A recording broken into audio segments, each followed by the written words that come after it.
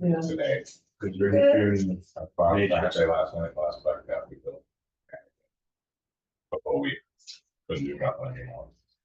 Without everything. Without everything. Crazy. Good morning. I think it is 11:02, so we are going to jump into today's meeting. Hi, Wes. We definitely have a quorum, and so we are here today for the Washington Street Work Group meeting. And I want to thank everyone for coming. I'm officially calling the meeting to order at 11:02 on November 8th. And the first item on the agenda is public comment.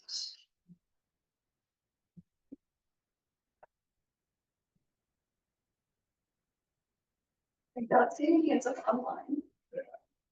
And we have no public in the room, so we can move on to the approval of the minutes. Oh, to the approval of the minutes. Does anyone have any comments or concerns on the minutes from June 21st? Those units been distributed. They were emailed with the packet. Yep. I'll make a motion on all the minutes except that wasn't here the 27th. Yeah. I'll second. Okay. Motion to Approve them all. approve all minutes. Are you all in the room? You are? Great. Everyone who needs to vote is in the room? Yes? Yeah. Okay. Yes.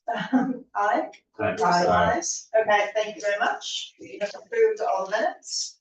And we are going to move on to a presentation from Escape regarding the Francis Street Improvement Project. They'll be updating us on the project timeline, discussing design variabilities or variables to ask the community, and with particular emphasis on design character and language. So I am going to let Lynn and Kelly take it, and Laura take it away. Great. Hi, everybody. Nice to see you all. And Laura, We have a few new faces and colleagues in the room as we're diving in and getting our Scape team and our technical team involved. So I think maybe we could do a quick round of introductions if you don't mind. I think I know everyone. I'm Laura Moret with Scape. I'm going to pass it to Lynn, my colleague, to say hi. Hi, everyone. I'm Lynn. I'll be the project manager for this next phase of this work. I'll pass it on to Kelly. It's good. And I'm excited to be on this project. Great. Thanks, Kelly. We also have our colleagues from Hazen and Sawyer here. Ben, if you hear us, would you want to say hello? Hey everyone, Ben Agarwal with Hazen and Sawyer, project manager on the Hazen side. We also have Mitchell Martin. Hi, yeah, I'm the project engineer at Hazen. Great. Thanks, Ben and Mitchell. I see Joe Family is also on the call. I think y'all know him too, but can't hurt to say hi. Everybody. Joe Family, Climate Sustainability Team Lead at Woods Hole Group. Kirk may be joining later. He's got a conflict. Okay. All right. So I think that's our team. Would you all from the town and the land bank in the room mind just introducing yourselves? I can't. Yeah, go ahead, please. I'm Brooke Moore. I'm the select board representative. Thank you. Alan Reinhardt, Land Bank Commission. Matt Lowell, Planning Commission. Matt Fee, Select Board. Rachel Freeman, Land Bank. Leah Hill, Town. Claire Martin, Remain. Charles Johnson, Story Department. And I think we have Drew and Chuck online too. Yeah, hi guys, Drew Padno, Director of Public Works. Good morning, everyone. Chuck Larson, Town Administration. Excellent. Okay, anybody that wants to chime in that we missed? Ryan Kavanaugh's on here too. Oh yes, hi Ryan from Time Bond. Yeah, Ryan Kavanaugh, project engineer from Tie and Bond. Okay, excellent. Thank you. Okay, so we'll just touch on the agenda. I think Rachel basically covered it already, actually. So yeah, we're going to talk about timeline, the design variables, and the design character, pulling back from some of the work that was done previously, and then have a discussion about the cadence for future meetings of this group. And then, Lynn, do you want to just talk us through the timeline? Yeah, thank you. Everyone really excited to engage in this project. For the past couple of weeks, we've been engaging in pre-design work, really understanding, working with our team to understand the site, to have a more technical background as we advance and start at this moment on schematic design. The Time Bond team today are conducting borings in a few locations on the site to understand some of the geotechnical information that will be going into the project, including groundwater monitoring. Hazen and Sawyer team, who you've met, are going to conduct soil percolation tests next week to understand infiltration rates for some of our rainwater garden, stormwater management systems. And the SCAPE team will be traveling next Friday to see a couple of projects on Nantucket that are similar in scope and performance to the project that we're working on currently, which we'll dive in.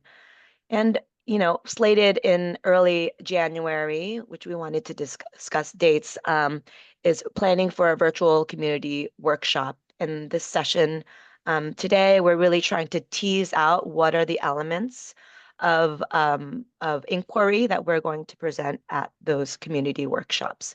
And so the schedule here with this orange today cursor really setting us up at this moment to begin our schematic design phase, which really means just developing that concept design to a technical level. The items that we're looking at is looking at concept alternatives, 30% design documents, illustrative drawings, implementation plan, and potential funding sources, schematic design cost estimates. So those will be end of March deliverables. Within March, after March, once we have that already, we'll be doing a cost analysis and then operations and maintenance plan. I'll take a pause here if any folks have questions before I proceed. Yeah. What sites are you going to visit? Actually, we'd love your input. Lynn and Kelly haven't been to the project site yet, so we're going to go look at that together. And then we were thinking about looking at the new land bank rain garden, as well as potentially going to the Creeks Preserve, Lily Pond. I'm trying to remember if there were any others, but I'm curious what you would recommend. I think particularly as we think about the design language and the character of the space, it'd be great to spend some time in those other reference sites. Not necessarily. That makes sense to us. I mean, a beach, I understand. Yeah, maybe. I think one of the major, actually, you know what might be an interesting one would be a windswept bog. Maybe. Okay. I don't know. They have branded walks in there that I've been going and eyeing over. I think just to give some context to this, one of the things that the Land Bank Commission has discussed in our work with SCAPE is really hitting that Nantucket aesthetic and really trying to keep things low key and natural and what that looks like. And so, Laura, I think that's what you're keen in on. Would you agree? Yeah, absolutely. I think also, we've been hearing a lot about the success of the recently opened rain garden, which we haven't been to. And I know that's going to be, if we do begin to propose any kind of water treatment gardens or bioswales or anything, we're going to, have to be well informed about what's working locally. So definitely that. And then I think for the other sites, materials, furnishings, and just really hearing from your perspectives, the design aesthetics that we should carry forward to this project. I would say Creeks is great because that's been extremely popular. Yeah, it's beautiful. Did we have the Easy Street Park on our list? Oh yeah, I didn't say Easy Street, but absolutely we'll hit that. Yeah. I think that would be, Easy Street would be the one, especially they should be consistent and if they're gonna eventually attach all the way along. We should be doing 3 different projects with 3 different people that look 3 different ways. It should be consistent and, I don't know that we need quite as many plants as we have there. Maybe we do for ecological reasons, but I think it should all be consistent. Okay. To have you consider looking at the constructed wetland that was put in Washington Street Extension. We may be taking the stormwater drainage to that as part of this project, so you may want to take a look at that. Absolutely. We have plans to restore that and possibly add additional wetlands with the Great Harbor Yacht Club. Yeah, I was gonna Okay. say Harbor and what they've done along the shoreline there. Yeah, I think some of that's been updated since I visited. So I think while we're down at the site, we should just walk over and see those updates. I'd like to take a tour of the wetland drainage area. Laura, we just said if work out a way to meet Gal so that everybody knows what's going on, kind of, if you come over here. I'm having a little bit of trouble hearing. Could you just repeat that? It's just saying, if you come over here, you should be meeting with Charles down there if you go down there. So you know. Yeah, let's do it. Yeah. People know what's going on. They don't have to. It really is Creeks Walk. Yeah, we could easily do that. Yeah. And I would like to take you to 321 Pulvis and Windswept Bog, which are Okay. two interesting properties for various reasons.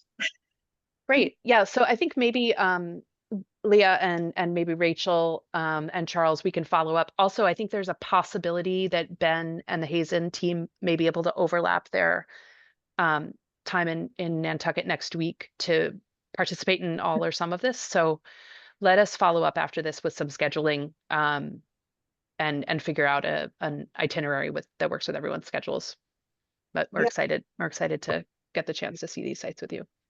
Yeah, if I can meet up with you here or there. Wonderful. We'd love that. In the we can put a little itinerary together and see who can meet us where. Perfect. I think in the consistency category is also straight wharf and steamship. Those are fairly consistent now, the materials and the bulkheads, et cetera, the pilings, whatever here should kind of reflect that, Yeah. For sure. Okay, so adding to the list, Easy Street was already on the list, but Straight Wharf, Steamship Wharf, 321 Pulpus, and Windswept Bog, as well as the Yacht Club and the new stormwater on the Washington Street extension. Okay, great. It's gonna be a fun day. I hope we get good weather. Same, yeah. You never know, right? Yeah. Shouldn't schedule it this week. Gotta end sometime. I know. Oh, come on, you sure? Go in flames. All right. Okay, great. All right. If there are no more schedule questions, I can proceed. Any schedule questions? Nope. No? Sounds good. So we'd love to just do a little bit of a recap on what has been discussed previously, just to get us a little grounded as we begin to discuss some of the variables that we're working with as we are proceeding to schematic design. Just a recap on goals that were discussed previously. There are environmental goals, social goals, operational goals. The environmental goals of this project is to improve the capacity of the natural ecosystems to adapt to sea level rise and reduce adverse impacts to them, absorbing, buffering, and managing water. Social goals include reducing flood risk to cultural and community assets, creating public, universally accessible waterfront experiences for people, and engaging in dialogue with community members about climate risks and adaptation pathways. With regards to operational goals for this project, reducing flood risks to sustain the long-term use of Washington Street. Also enhancing multimodal transportation infrastructure, critical to mobility and safety, developing feasible and adaptable, maintainable and permittable solutions, and clearly communicating economic benefits and anticipated project costs to this group. So I just, add that those are going to be a basis for all, any alternative that we develop, and that we can measure the success of alternatives given these goals. I speak on one of those? Please. Yeah, real quick. I wasn't here last time, but there's some concern about permittable solutions about what we've had in the coastal resiliency plan with, sort of structured dunes, et cetera, and hard, sort of hard things being permittable there. I know Vince in the minutes said that, they've done stuff and it's okay, but I think some of the neighbors are still sort of concerned that what we're suggesting isn't allowed. So we're gonna have to answer that, either, we're gonna have to answer that at the public meetings and ensure people that it is allowed. Right. So with the new update or the updated wetlands regulations, which are going into effect January 1st, there is a portion in there that you can apply for a waiver if it's a coastal resilience project that has public benefit, which this project would absolutely have. Overwhelming. Overwhelming. Yes. Yeah, it's an important point though, and I do think that as we look at again alternative approaches, we're thinking about some of the ones that are maybe more gracious and sweeping and naturalistic are going to have broader impacts on what we have identified as resource area. So those are going to be discussions we need to continue to have. A piece of this well, it's really extending from pre-design into schematic design is the conversations with the permitting agencies, including the Concom and the HDC locally. And so I think that we're at this point where we need to advance the work enough to have something to show them and talk to them about, but we certainly want their input to see their support and what flags they may have as they review the plans. So definitely it's front of mind as we think about implementation. Do we need approval from the state on the state end of things? Is there anything like that? Could we take 2 or 3 pictures and say, this is what we're considering, here's how it would be constructed? Yep. Is this? We're going to be having conversations with the state agencies as well around permitting. Yeah, I don't know. I just think it's gonna be an issue that will have to be addressed. And the more we can address it ahead of time, the less, the more likely this is to keep moving along. Absolutely. Yeah. And it's not just Nantucket who's grappling with this, as you think about coastal solutions and whether it's a dune berm system that will help reduce coastal flooding, it's coming up against permitting challenges. So it's certainly front of mind. The agencies want to see what you're thinking Yeah. visually, so usually you go to them when it's like a 20% design. This project is going 30%, so you go 20%, you would show them, they would give input, no, that's not gonna work, do this instead, you refine it, and then that brings you to the 30%. Did actually give you some reference at Lily Pond, we went to DEP and they were like, yeah, no, this, and this aren't gonna work.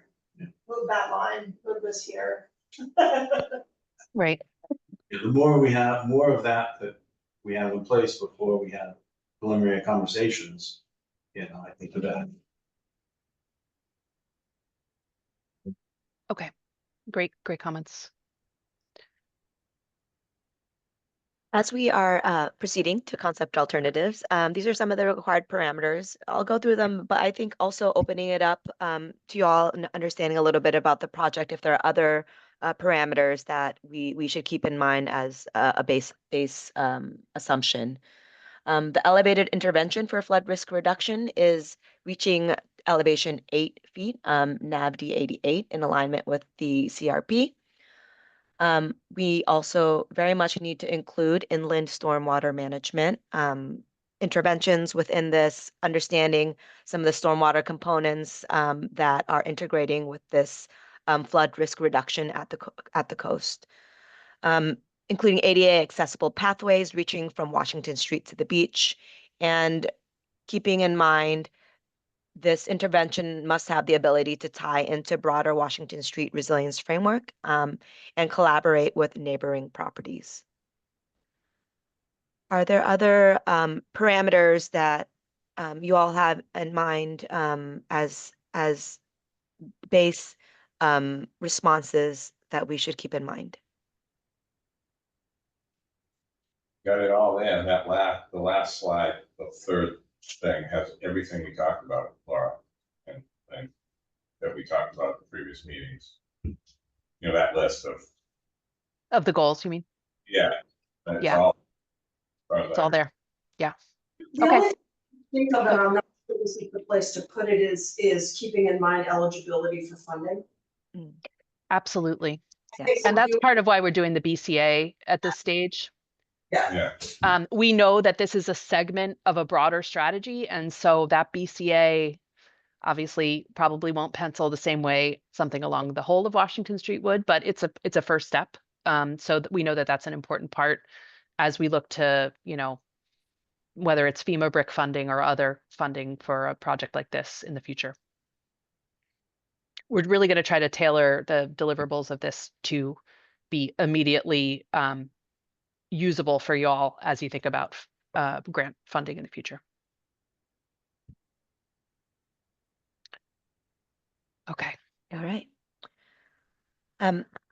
Some of the concept alternatives that we are trying to work with, these are the variables that we're currently considering, you know, based upon previous community feedback, the types of programs and activities, the varying programs and activities that could happen on the site.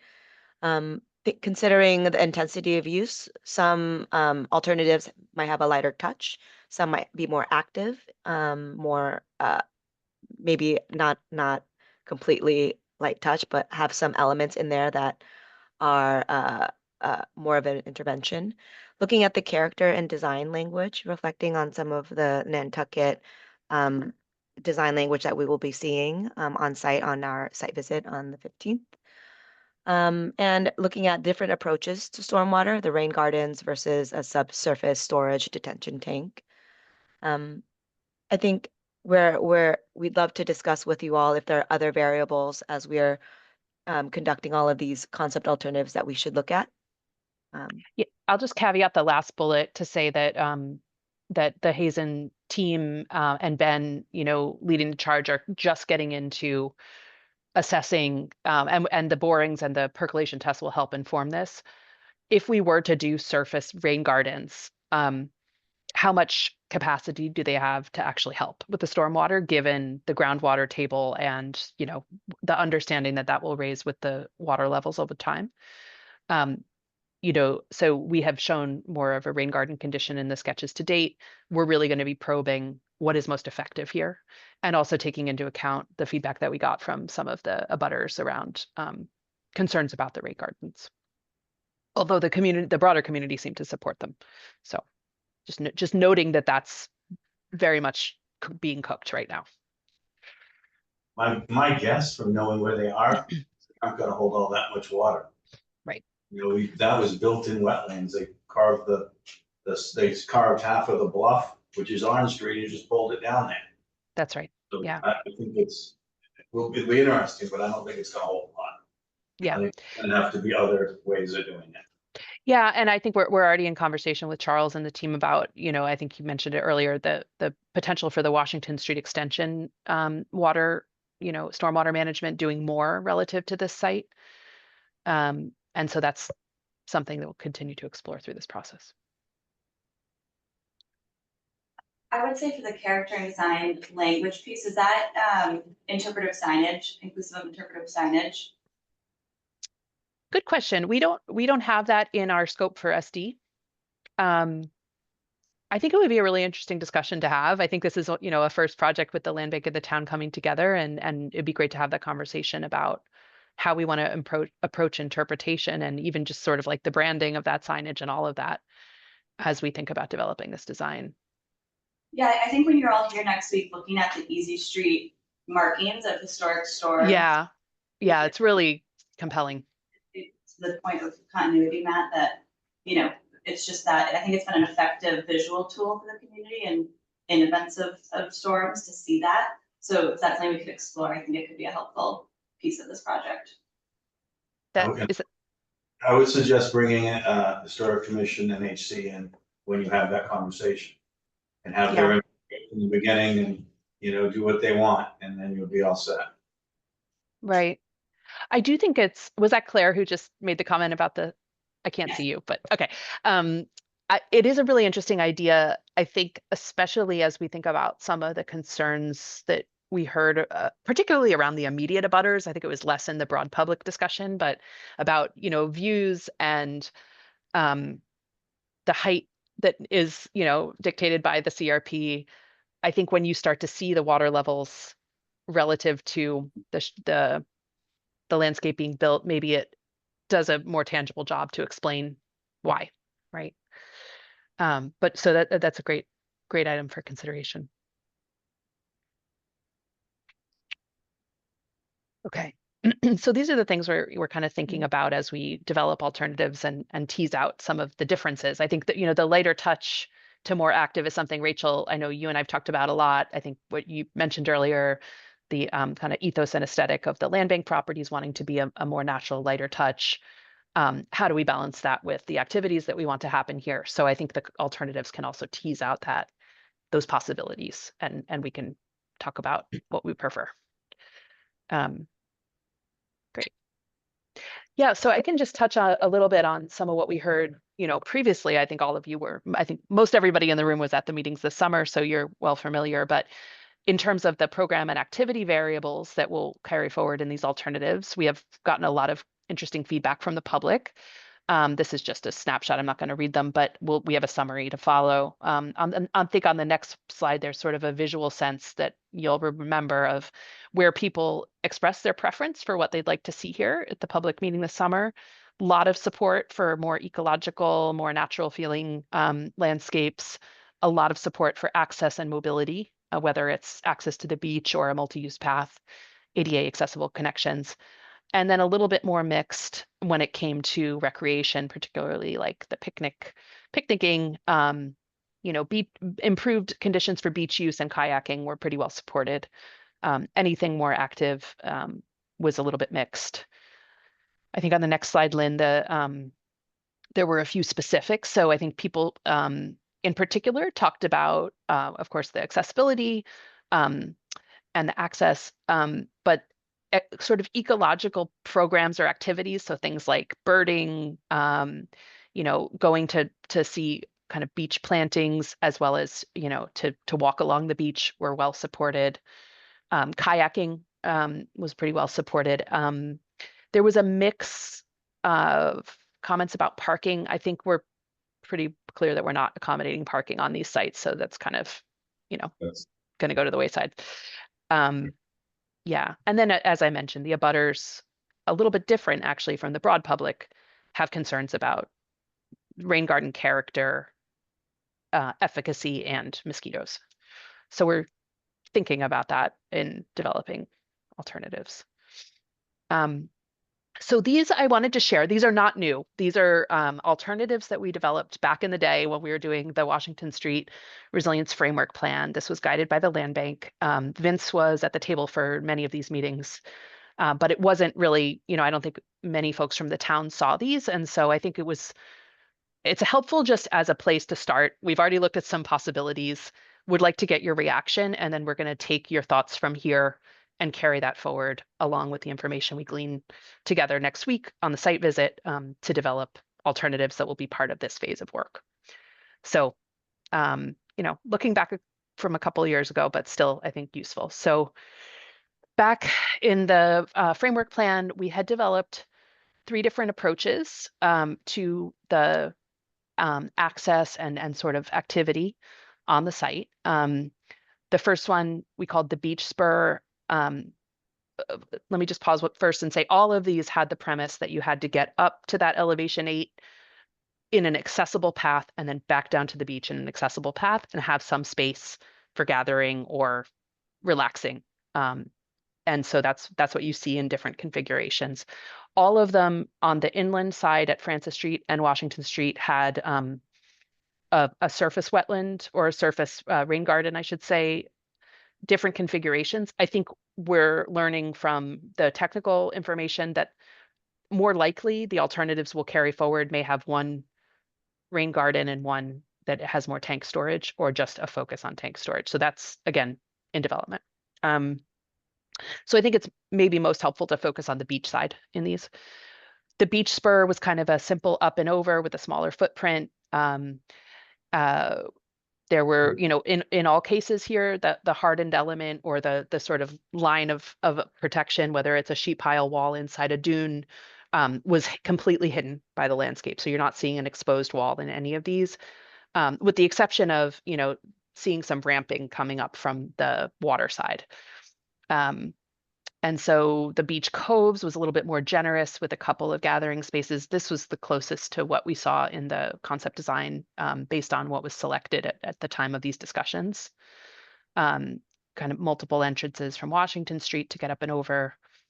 And then the last one, I think we haven't really discussed with this group, but the beach terraces. This was something that was more rectilinear, and maybe more consistent with, you know, some of the other doc language and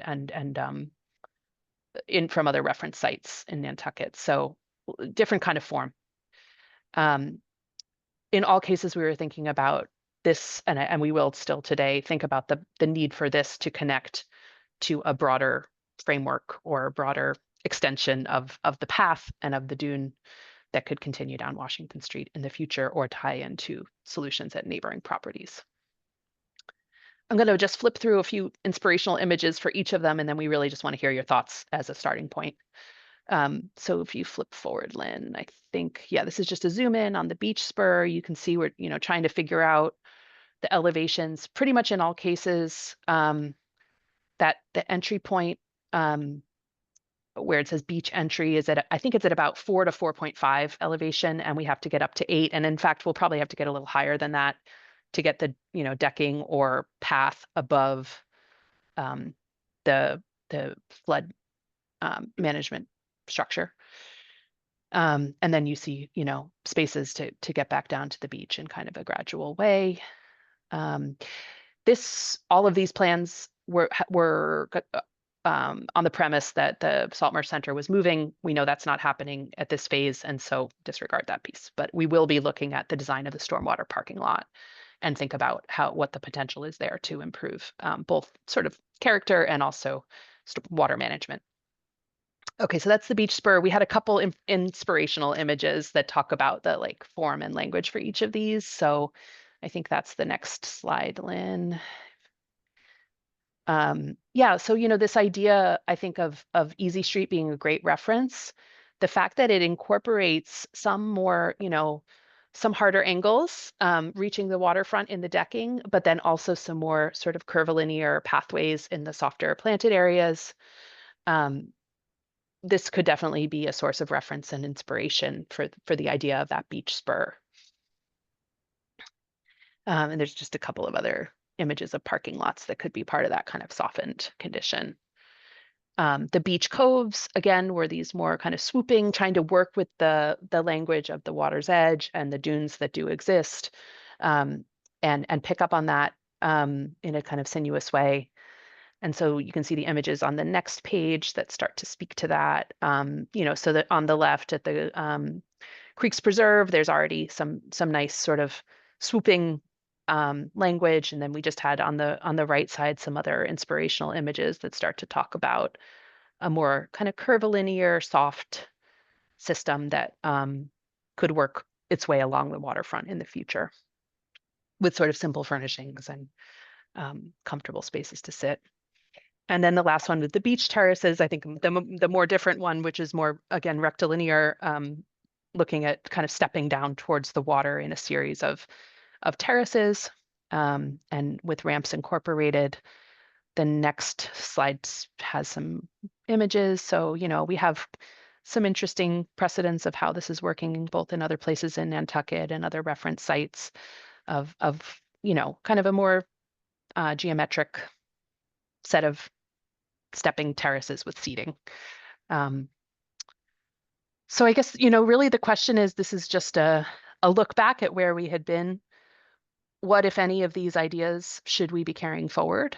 What do you like or not like about the form and character that we had studied in these earlier alternatives? And then really just your thoughts about what we should be considering as we're developing the concept alternatives for this phase of work.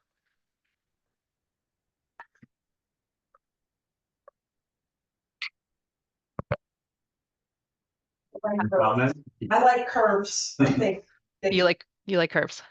Yeah, I mean, I think it's Control. more responsive to the natural environment than squares. Yeah. They're probably more expensive and they're, you know, more challenging to maintain than squares, just carpentry wise, but, and visually, I think that appeals to me more. And I think it also, from a use, like if we're doing, shared use of bikes and people, Yeah. curves slow bikes down. a little Yeah, bit. and also just, you know, make it more comfortable to have a continuous movement rather than having to, you know, turn corners and so on. Yeah. What do you think about, I had an interesting, you know, conversation at the public meeting this summer about how HDC would perceive the curves and whether there's reference for that, whether it looks too contemporary. Part of it, I think, is about representation and material choice, which we're going to be talking about a lot in the coming weeks. Are there references on Nantucket that speak to this? I don't know. Just in terms of multi-use, curves, while they might slow, also have the risk of sightlines being missing and not being able to see, but people not being able to see a bike approaching and vice versa. So just from a safety point of view, keeping an eye on that in the corner that is when you turn from Orange Street down to go across the path. The Kansu, yeah. Yeah, Kansu, the coming down that driveway and turning left onto the path is a. Yeah, that's an awkward moment for sure. I've seen a couple of near misses there. Yeah. So just those kind of moments, avoiding that. Yeah. That's a good example of a path, of a boardwalk, a path that does kind of curve, and it's sort of, it is, you get straight lines at the It's not quite straight, dots. but it's not super curvy. It's not curvy, but it's, yeah. And the HDC may be more open to not huge sweeping curves, but just. Kind of meandering, yeah. I just have no idea, you have to go to them. The land bank used to do more sort of straight lines, but I feel like we've been moving more towards curves lately, and, you know, examples of curves would be Lily Pond is moving from kind of straight lines into a circle and far more curvy design. Yeah. At the Abaya Folger property, it's actually on Matticat Road. We have a funny combination of straight and curved boardwalks. And so there's places where we have curved boardwalks and places where we have straight. Easton Street is far more curvy in its patterning than straight. So we have we could look at. So I think just pulling from those references, and then also really we will look carefully while we're there about at the details of how those are constructed. I think that will help our cause, because I think everyone, I mean, we had the direction when we reviewed these concepts early on to kind of merge the beach spur and the beach coves because of the, you know, the preference for that design language. I guess go ahead. Natural urban shoreline of the harbor. Could you repeat that? That was mirroring the curving shoreline. Yeah, absolutely. Yeah, I think that's an inspiration for sure. Can I ask the question about, oh, sorry, was someone else going to speak? Go ahead. No, I think we're good. You're good. Okay. I did want to ask the question about the level of intensity or light touch versus more space for gathering. I know from our conversations, Rachel, I think the idea, if you flip forward to the beach coves for a second, Lynn, I think maybe feeling like the amount of decking or overlook space doesn't need to be quite this generous, that we could scale it back a little bit, based on some of perhaps the commission's feedback. But curious, you know, as we look at the program desires from the community, what we all aspire to here, and then just sort of the ethos of how we want the space to feel. What are your thoughts about a more simple, lighter touch up and over versus a space to hang out? Yeah, I'm go ahead. good. I think lighter is better. Yeah. I think I don't think picnic tables are necessary. Okay. Benches, or if there's steps down, people will sit on steps. Yep.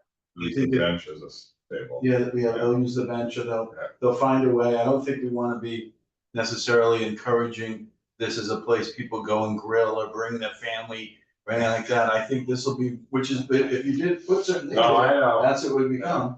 I Yeah. think that and I'll give you an example. My wife owns a shop on 79 Orange Street, and we've Mhm. got 2 or 3 steps down. And in the Yeah. evening, when she's not open, that becomes a place where some of the neighbors and some of the young kids sit on the stoop and, hang out and talk and do whatever they do. City street. Yeah, but it works and it's fine and it's great for the neighborhood. And we didn't plan it that way. And as long as they're not wreaking havoc, it doesn't matter. And so I Right. think people will figure out what they do here and when and how organically without us trying to program it.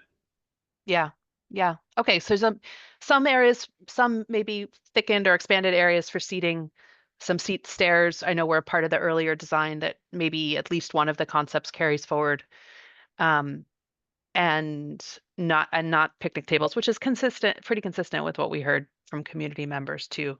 I think there's some concerns about, trash management if you start to have picnic tables and that's goes to the maintenance plan that happens later, but that makes sense. And I think we've understood that the kayak rental would be a part of any scheme. Yeah. Does that sounds right? Yeah. I think we need to find a time to connect with them and learn a little bit more about spatial needs for their operation, if there are any beyond what's just visible from being there. It feels to me like it's not a place people are going to drive to spend time, right? Yep. It's for people in the neighborhood, for Yeah. special events like 4th of July. It's a lot of people, that's their Oh, for the yeah, fire. yeah. Right. And I think being not creating a space that's going to draw a lot of intensity of use will help with the neighbors' support. Right. That's very much what we heard.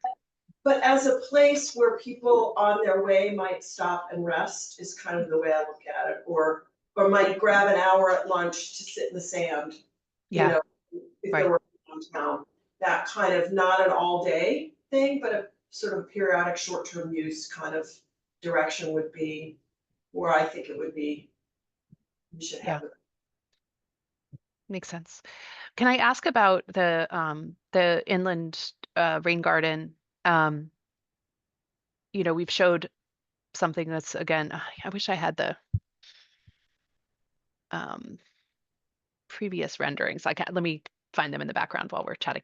I think that we showed the kind of curvilinear boardwalk extending, and reaching into that wetland, as the thought being it would be another space to have your lunch or to sit that would also be doing kind of work for the stormwater needs in this area. We know that the capacity may be limited.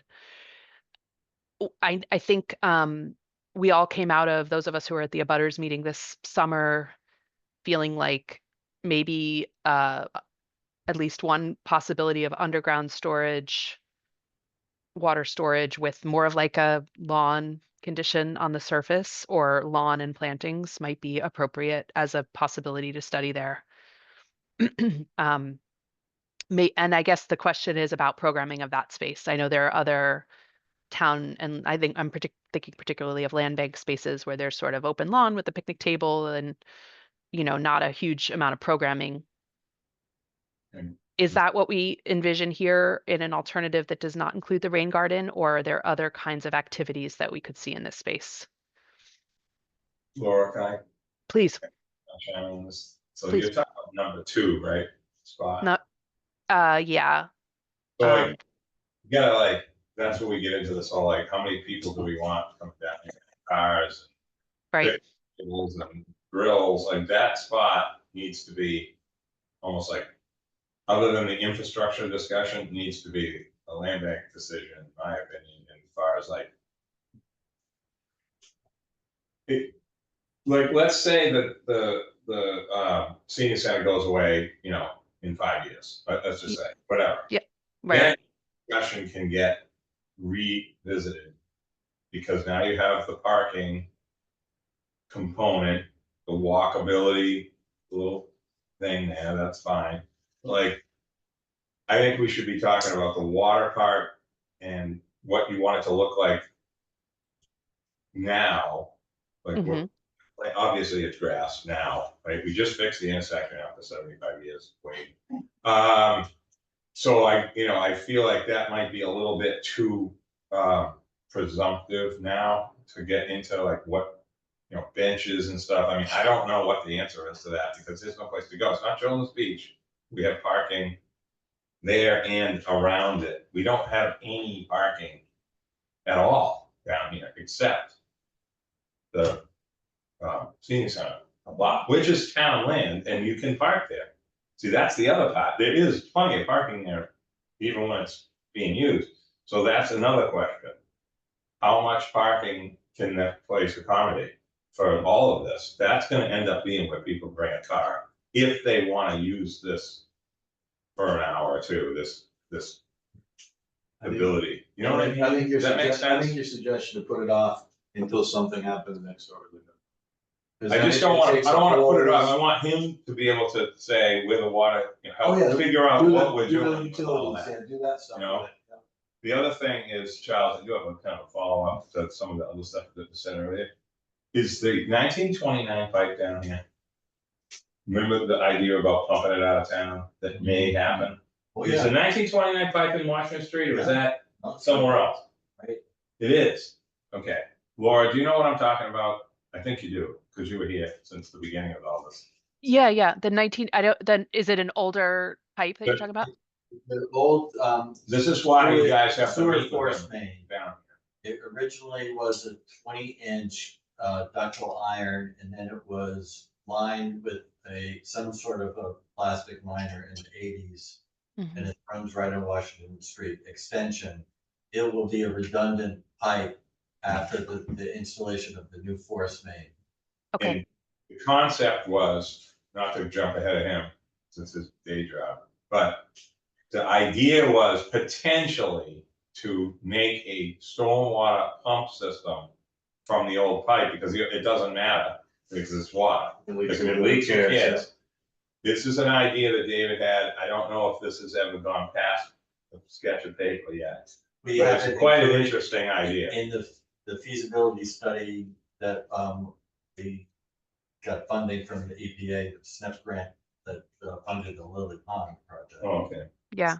So we're finishing up on that. Okay, good. The final report, it was supposed to be done by January 1st, and yes, it's a couple months out. Yeah, but so that's great, like, sort of, asterisk to have in your mind. But I mean, We're talking about all this. it also we may want to use it for Easy Street. There are other areas that we may want to pump stormwater from. Ties into it other than this. Yeah, no. So Nat, the premise that we've been going on, and we should keep talking about this, is that we understand there's investigation happening very soon in this area to understand the full extent of the system, the upgrades needed. As the plan for the broader pumping happens, it's going to take time, it's going to take funding, of course.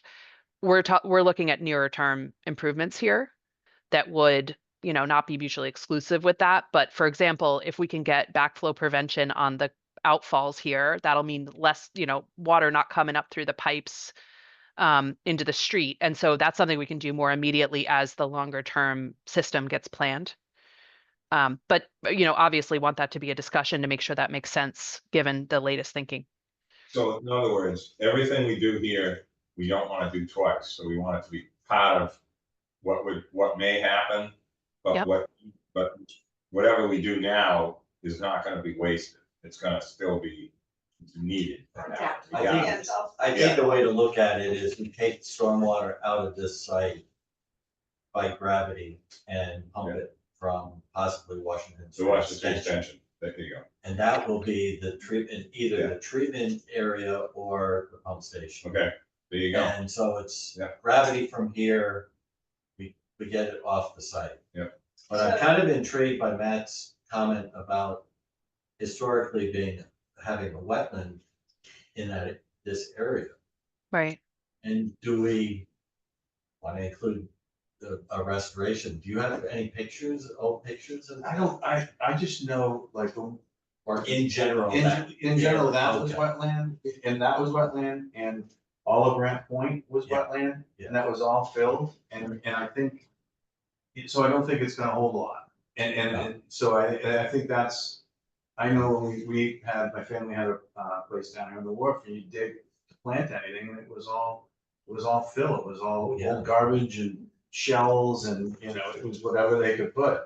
It wasn't really any dirt there, and Well, so.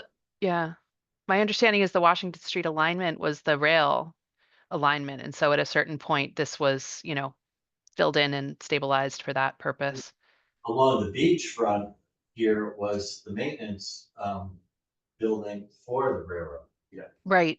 I think that And was a number of, I learned from the owner of Puddin, the one right next to ours, is that they used to, have the cottages on slips, and they would take them down to the water in the summer and pull them up to high ground in the winter, which, adaptation at work right there. Of course, now they're fixed. Yeah, go ahead. You were just saying, so one thing that occurred to me is, I'm sort of looking at these stormwater swales, if they happen or don't happen, not as the end all be all, right? But as if we're gravity pumping water somewhere and we have these rain events that we're having now where we're tending towards these like deluges, right? That it just provides a little bit of storage capacity in the area until it gets out of there. Right. So it's kind of more of a temporary measure, but whether or not we go in that direction, I'm completely open-minded. I think it just needs to be looked as a water feature rather than storage. Yes, it can't store what we need it to store, but it could maybe be a piece of the picture. Yeah. Back to Okay. that, Go ahead. if that becomes like the pot, like by 37 Washington, by the town lot, that Right. little thing in there. Right. Yeah. It looks good, it's storing water, it's draining water, it may be gravity in water to Right. the other thing, but at the same time, once we do it, that space is gone for whatever the plan was. So that's all I'm gonna say is, what are we doing with that? What are you doing with that space? We know what used to be there. Are we gonna blow it up and make it something that's it? Once we do that, it's not gonna be something else. So that's all I'm trying to say. Do you guys have any thoughts? I'd love to hear your thoughts if you. Talking about the space that used to be the little cottages from years to jar. Right, right. So I have a couple thoughts. That is literally on two sides surrounded by heavy traffic and truck traffic, right? So as a space for people. It's not gonna be. It's not gonna be. That's what I'm And trying by to the way, that the lot on the other corner, at the other end of the block, no, you never see a human in there, ever. And it's because there's sticky trucks at the stop sign all day long, right? Yeah. So I think if we can use this for pragmatic and functional things, Yeah. rather than thinking of it as a social space, we should focus on that. That makes a lot of sense. Yeah. I mean, well, Other than that, I'm just so happy that you can turn the corner without the backup. I don't care what happens. you don't get out there and watch it? It's the best thing that's ever happened. Not pulling up a chair there, especially if there's spaces at the beach that are protected. I think you could get people here. I know the corner you're talking about, it's tricky. That's a hard corner. And I don't really see people using that space. I mean, there may be a little bit if it's on the inside edge of that Meter lot. Street, right? Yeah. But I think you Yeah. can through there. Yeah, but on the outside edge, if there's not vegetative protection, you're just, It's a lot. there's a lot of It's noise. a water feature with ducks. Oh.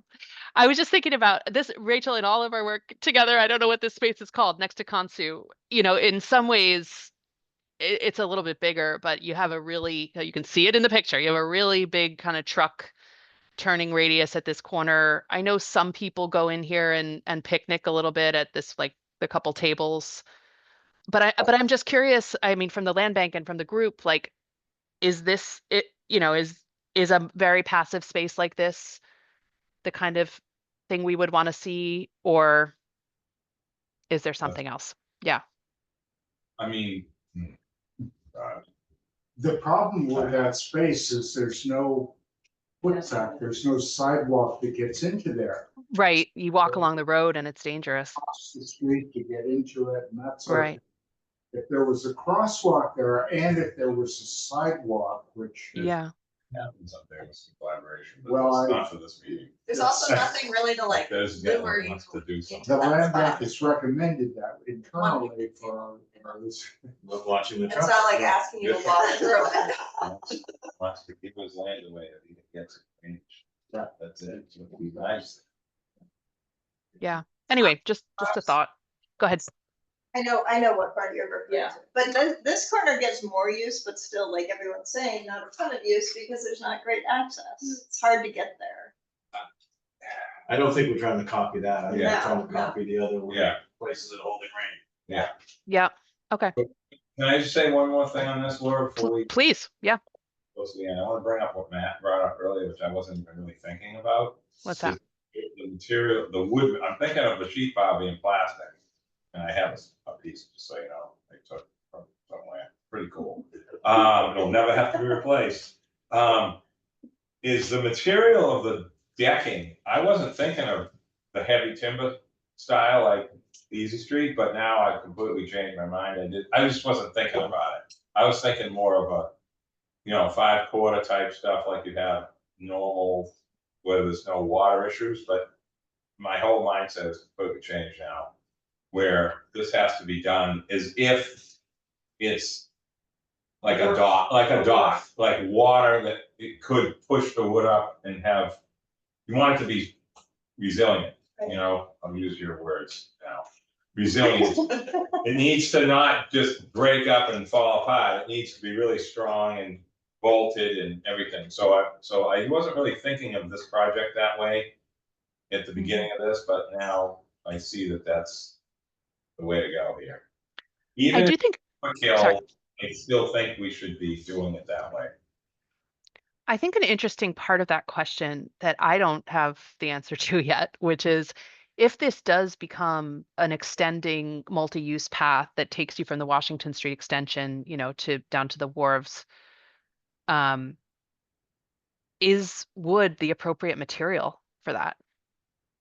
Talking about e-bike, little bed. No, I'm talking about, if it's a shared walking and bike path in some long future, is wood can be slippery. There are ways to treat it, but a wood deck may not be ideal for that. If, of course, we know that the bike connection would be further down the road. So Stuff.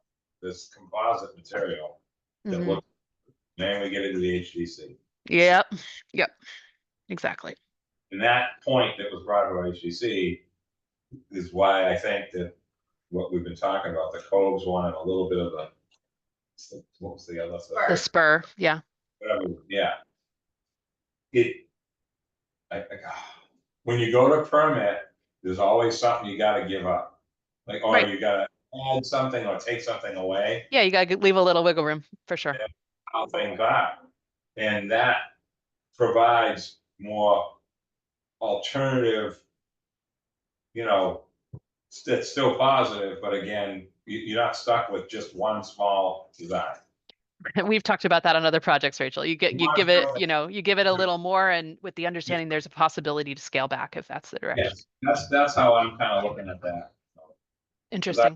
Curve idea, and it offers so many different ways to change it that it will still be what we want at the end. Right. Okay, that's helpful. Makes sense? Sorry. It does. Yeah. But it's like, well, I think of the stocks ad.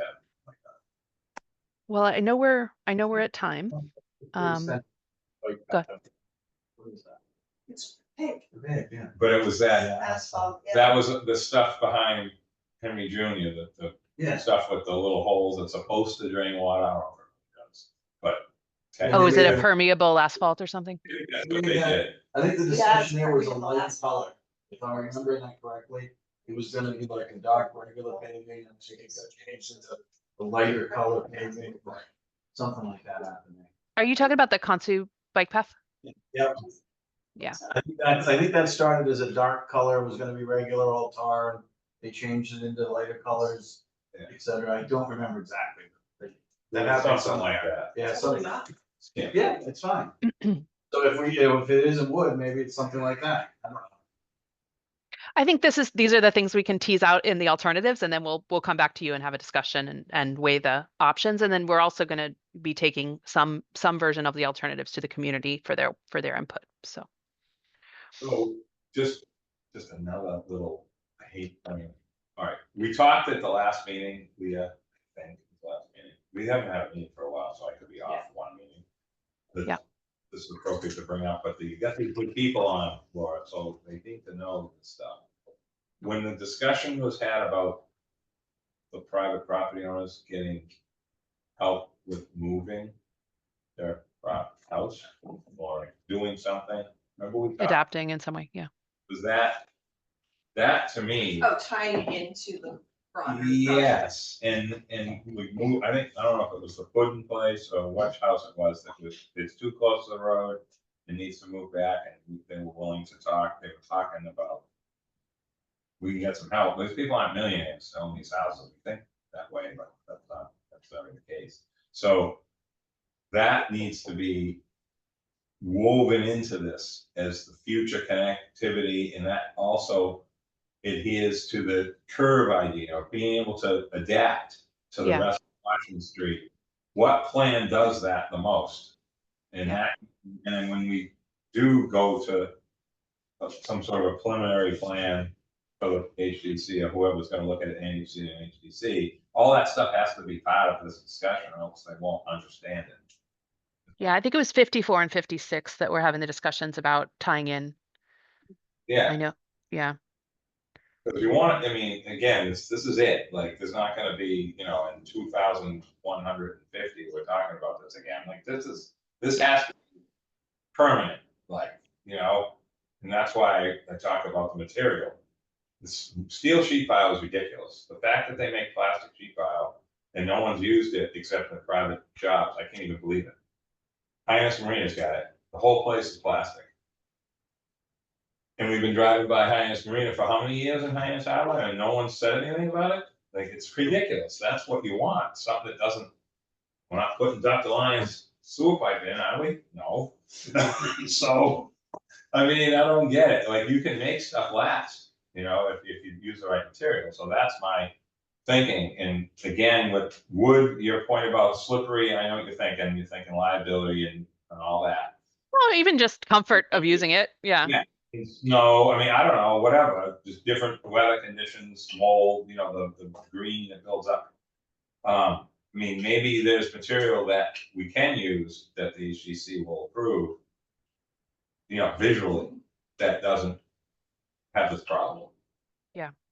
Yep. Anyway, We can continue to investigate all these threads. So. Okay.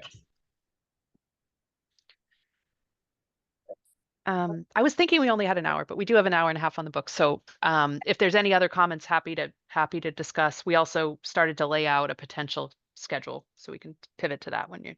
But that's what I just wanted to check in on everyone with time. Is everyone able to be here till 12:30?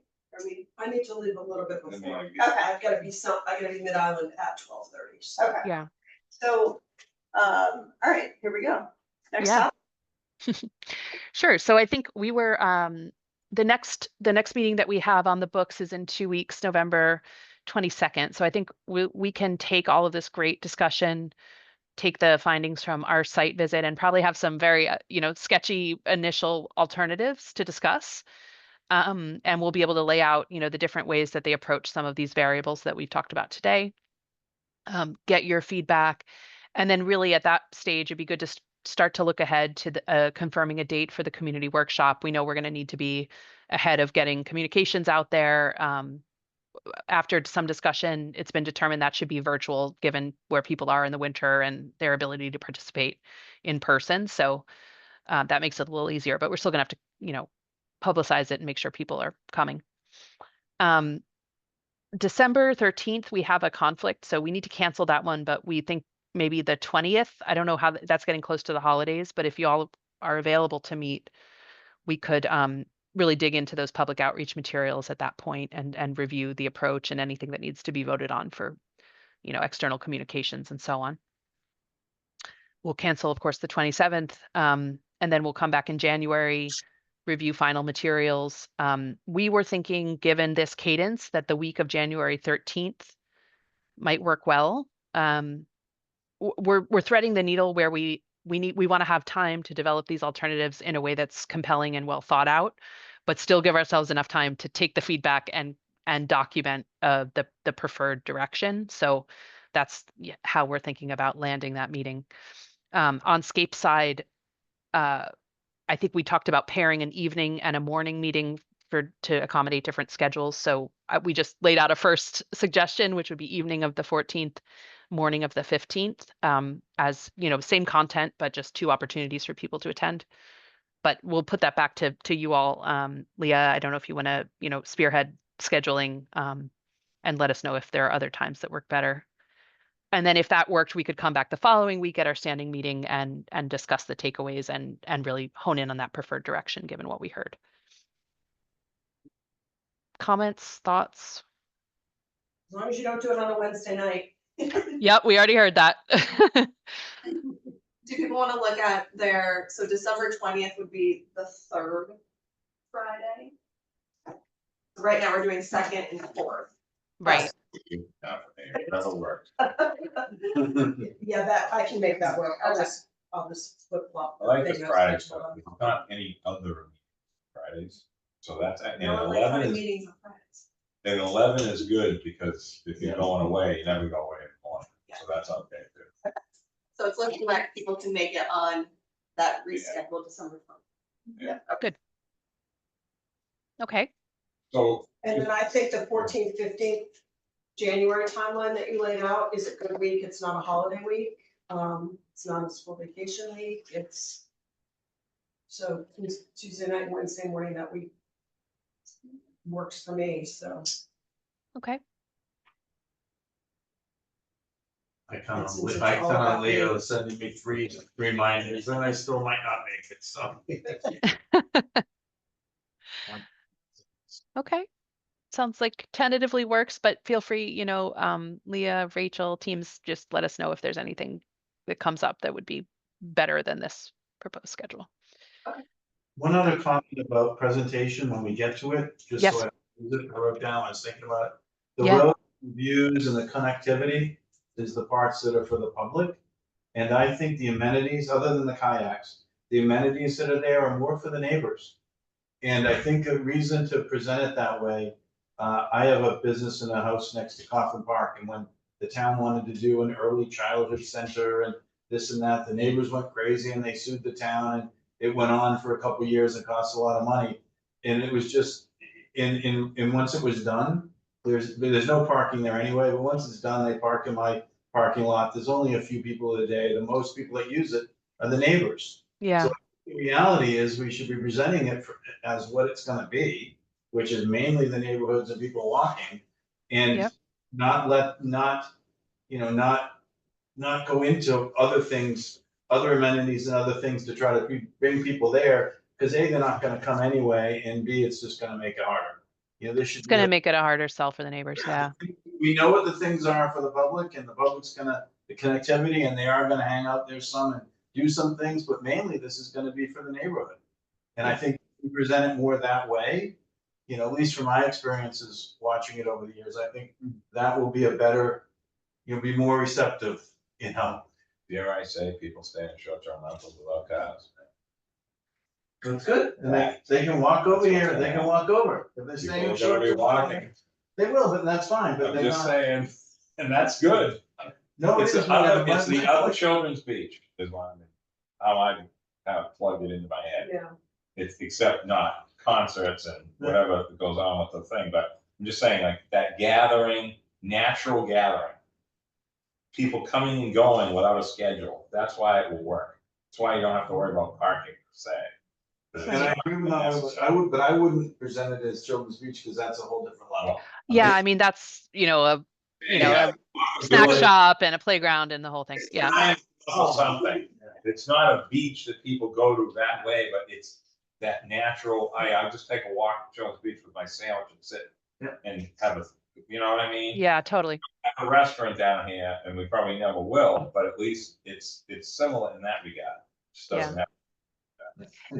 It makes me think, Leah and Rachel, we should pop by Children's Beach for the team to take a look at that even as a contrast. Yeah. One thing, next Friday, that's a big day. Yeah. Work with Charles, so you can see what he's talking about with that wetland that you never know was a man-made thing, what, 20 years ago, something like that? Yeah. Like the late 90s, early 2000s, right? And then the discussion I just had with the 1929 pipe, the reason I said that is because this is something that you just need to know about this. And then that may never happen with this, but he's got the knowledge and knows where everything goes. So absolutely. Yeah, we need, we've been coordinating, but we need that. It'd be great to be on site and really talk through it all. So sounds good. Children's Beach would be an example of a place that to me is very visually unappealing because it's so square. Yeah.